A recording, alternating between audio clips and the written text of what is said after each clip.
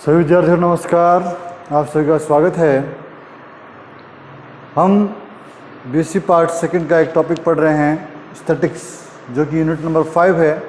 उसमें हमने समांतर माध्य कंप्लीट कर लिया है और मीडियन चल रहा है। मीडियन में हमने इंडिविजुअल सीरीज़ और डिस्क्रीट सीरीज़ दोनों कंप्लीट कर ली है। लास्ट वीडियो आप देख सकते हैं। और आज हम कंटिन्यूस सीरीज़ के अंदर एक क्वेश्चन करेंगे और इसके साथ ही मीडियन को फिनिश कर देंगे। तो ये है कंटिन्यूस सीरीज़। कंटिन्यूस सीरीज़ का बेसिक मीनिंग होता है रेंज से। जैसे कि क्लास में 0 से 10 अंक लाने वाले विद्यार्थियों की संख्या कितनी है, तो 0 से 10 जो एक रेंज हो गई। जहाँ भी आपको एक रेंज दी जाती है वो बेसिकली कंटिन्यूस सीरीज ही होती है। कंटिन्यूस सीरीज में आंसर निकालना ज़्यादा टफ नहीं है, इजी है। आपको वहाँ पर एक फॉर्मूला एक्स्ट्रा याद करना होता है। हमने इंडिविजुअल सीरीज़ की बात की और डिस्क्रीट सीरीज़ की बात की, तो वहाँ पर फॉर्मूला एक ही था, m = size of n+1/2 item. लेकिन यहाँ पर इस फॉर्मूले के अलावा भी आपको एक फॉर्मूला याद करना पड़ेगा, एक फॉर्मूला आपको देखना पड़ेगा। फॉर्मूला बड़ा आसान सा है। इसके लिए आप देखते हैं कि m L1 + L2 - L1 बटे में n m - c, ये आपका फॉर्मूला है। बड़ा आसान सा फॉर्मूला है। यहाँ पर L1 और L2 क्या है वो बताऊंगा। वो n जो है वो फ्रीक्वेंसी है, n = f फ्रीक्वेंसी है। ये ध्यान रखें, आवृत्ति है, आवृत्ति, ठीक है। m जो है वो मध्य का पद है, मध्य का पद। इसको निकालने का जो सूत्र है वो आपको ध्यान देना होगा। इसका वही सूत्र लगेगा, m = size of n+1/2 item. ये आपको फॉर्मूला लगाना पड़ेगा।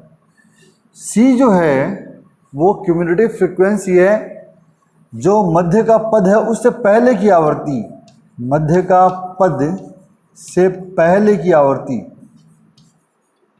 पहले की आवृत्ति c। f या n जो भी है, आप जिस रूप में भी लिखें, वो है मध्य का पद की आवृत्ति, मध्य का पद की आवृत्ति। देखिए यहाँ पर दोनों में थोड़ा डिफरेंस समझिए आप। c जो है मध्य का पद से पहले की संचयी आवृत्ति है। ये बात आप ध्यान रखेंगे, आवृत्ति नहीं है, संचयी आवृत्ति है।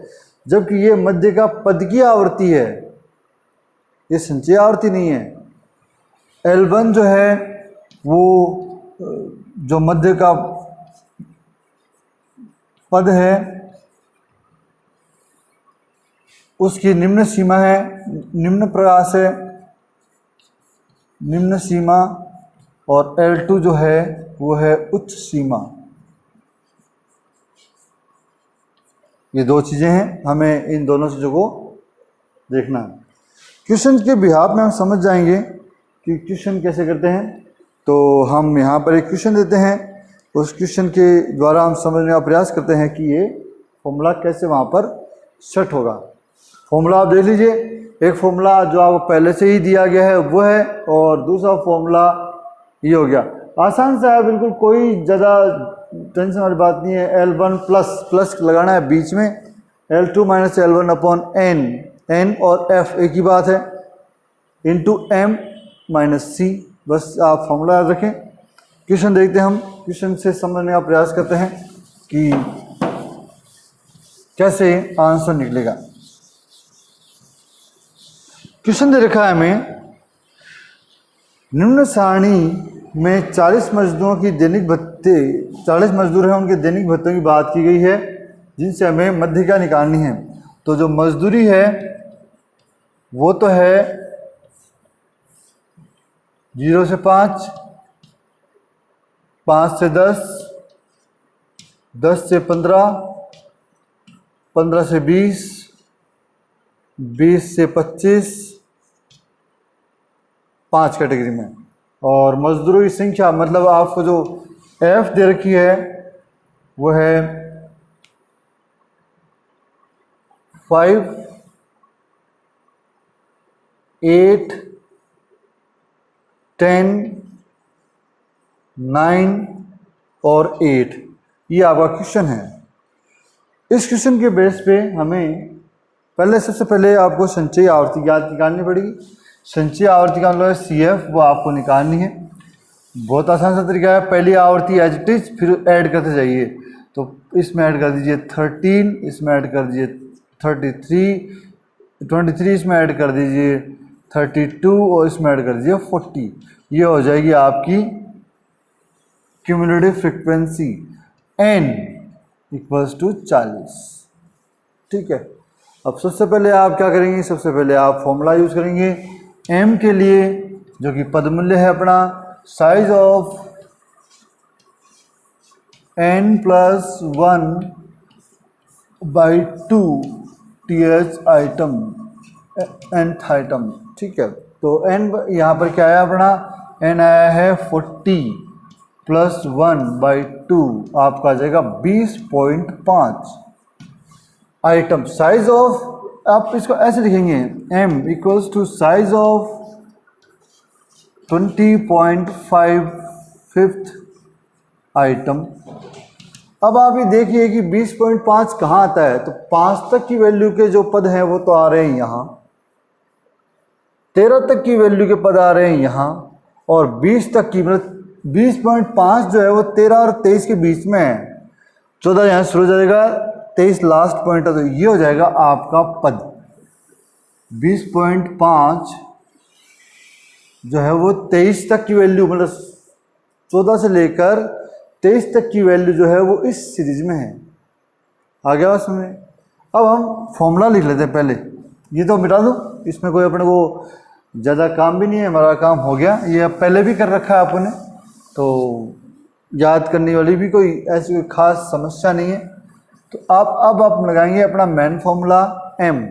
तो m में पहले लगाएंगे L1 + L2 - L1 अपॉन में F m - c। बहुत आसान सा फॉर्मूला, सभी की वैल्यू देख लीजिए आप। ये है उस पद की वैल्यू, तो ये है L1, ये हो जाएगी L2, सॉरी ये L1 और ये L2। मैं पहला वाला पद L1 होता है, दूसरा वाला पद L2 होता है, वो अपना देखना है। तो यहाँ हम लगाएंगे तो L1 कितना है 10 प्लस, ये क्या है L2 है 15 - 10 बटे में F मैंने बताया, लिखवाया आपको कि पद की फ्रीक्वेंसी, मध्य का पद जो निकलता है उसकी फ्रीक्वेंसी तो कितनी है, ये हो जाएगी F। ये कितनी है यहाँ पर 10, और M हमने अभी निकाला है वो कितना है अपना साइज ऑफ,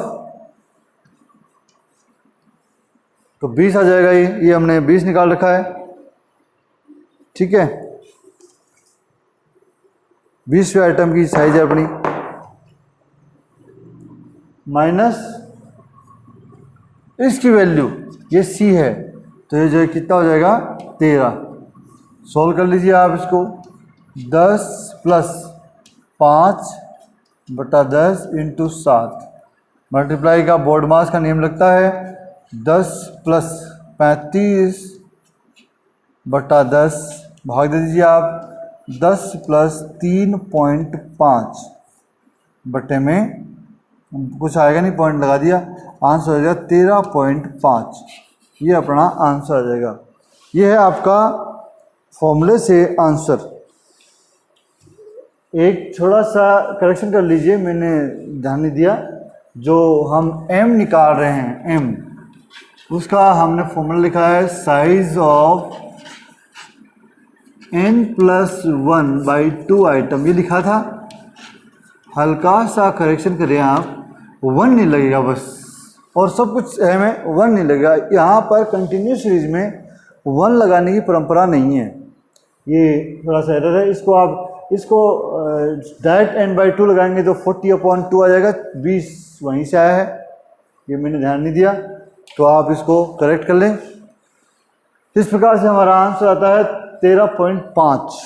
ये है आपका मध्य का, ये सतत श्रेणी का अंतिम क्वेश्चन था जो कि हमने मध्य का में पढ़ा है। अब इस प्रकार से हमारा जो टॉपिक है उसके अंदर हमने 2 पॉइंट पूरे कर लिए हैं। पहला पॉइंट समांतर माध्य है। समांतर माध्य के अंदर हमने 3 कैटेगरी पढ़ी है और इसके अंदर भी हमने 3 कैटेगरी पढ़ी है। तो ओवरऑल आपकी 6 कैटेगरियाँ पूरी हो गई है। आप इनको ढंग से करें। अगर आपको वीडियो अच्छा लगा है तो लाइक करें, सब्सक्राइब करें और शेयर करें। नेक्स्ट वीडियो तक के लिए धन्यवाद। Thank you so much.